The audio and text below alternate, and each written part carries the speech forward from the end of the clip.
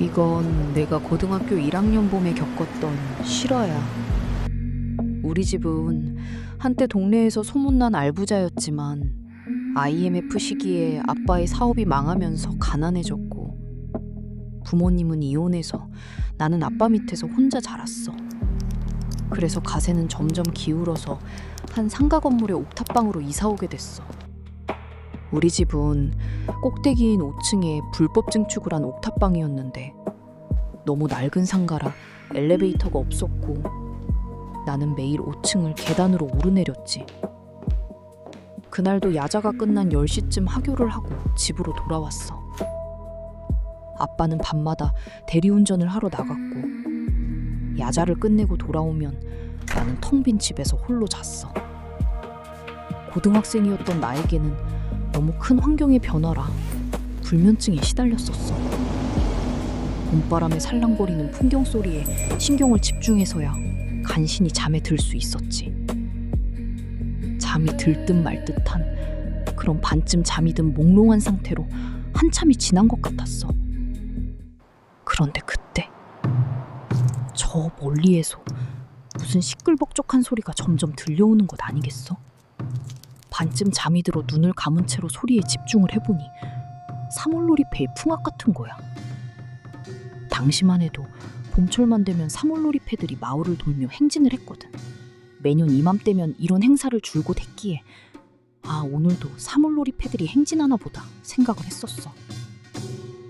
마을 어기부터 점점 동네 안으로 들어오는지 사물놀이의 풍악 소리는 점점 가까워지더라고. 그 순간 너무 이상한 걸 깨달은 거야. 지금 밤 12시는 되었을 텐데 이런 한밤중에 사물놀이패가 온다고? 너무 이상하잖아. 그런데 점점 그 사물놀이패의 음악 소리가 우리 집과 점점 가까워졌어. 근데 자세히 들어보니 너무 악기 소리가 이상한 거야. 그건 음악이라고 할 수 없는 기괴한 소음이었어.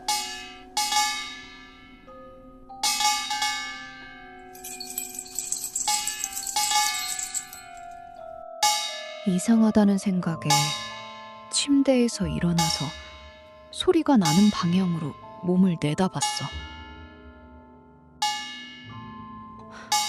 그리고 나는 이내 몸이 얼어붙었어.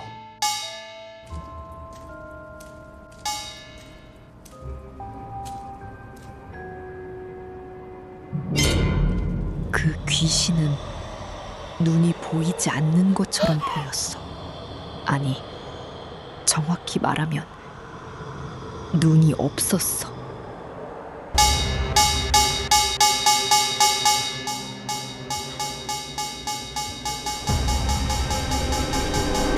그 공포스러운 소음은 한참을 건물 주변을 빙글빙글 돌았어. 얼마나 지났을까? 소리가 점점 잦아들었어. 마치 내가 환각을 봤다는 듯 다시 고요한 새벽 공기로 돌아왔어. 눈도 안 보이는 귀신이 이런 옥탑방까지 어떻게 찾아오겠어 라는 생각을 하던 즈음 상가 계단을 타고 울리는 꽹과리 소리가 났어. 그 소리는 마치 옥상을 향해 점점 올라오는 것처럼 들렸어. 아까 집에 들어오면서 분명히 잠갔는데 괜찮겠지? 그러자 옥상 문의 잠금이 열리는 소리가 들렸어. 온 신경이 곤두선 채 소리에 집중하던 그때 현관문의 잠금 장치가 열리는 소리가 들렸어. 이제 내가 할 수 있는 건 눈을 감고 자는 척을 하는 것밖에 없었어. 그때부터는 미친 듯이 추웠어. 서늘한 옷자락들이 내 주변을 펄럭거리면서 한기를 뿜어내는 것 같았달까?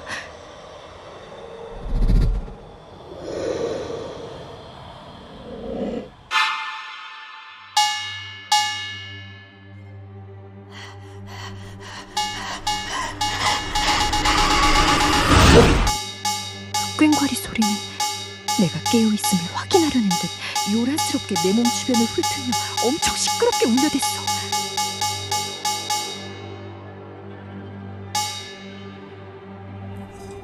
언니, 얘 진짜 자는 것 같은데.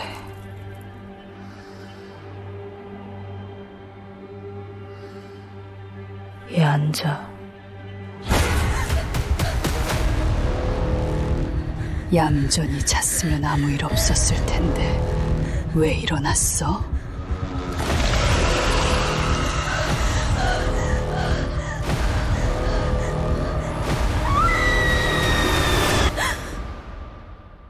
눈을 떠보니 나는 그대로 방 안이었고 귀신들은 사라져 있었어. 마치 아무 일 없었던 것처럼. 방 밖에선 인기척이 들렸고 아빠가 일을 마치고 돌아온 것 같았어. 아빠, 일 잘 다녀왔어? 오늘은 일찍 왔네.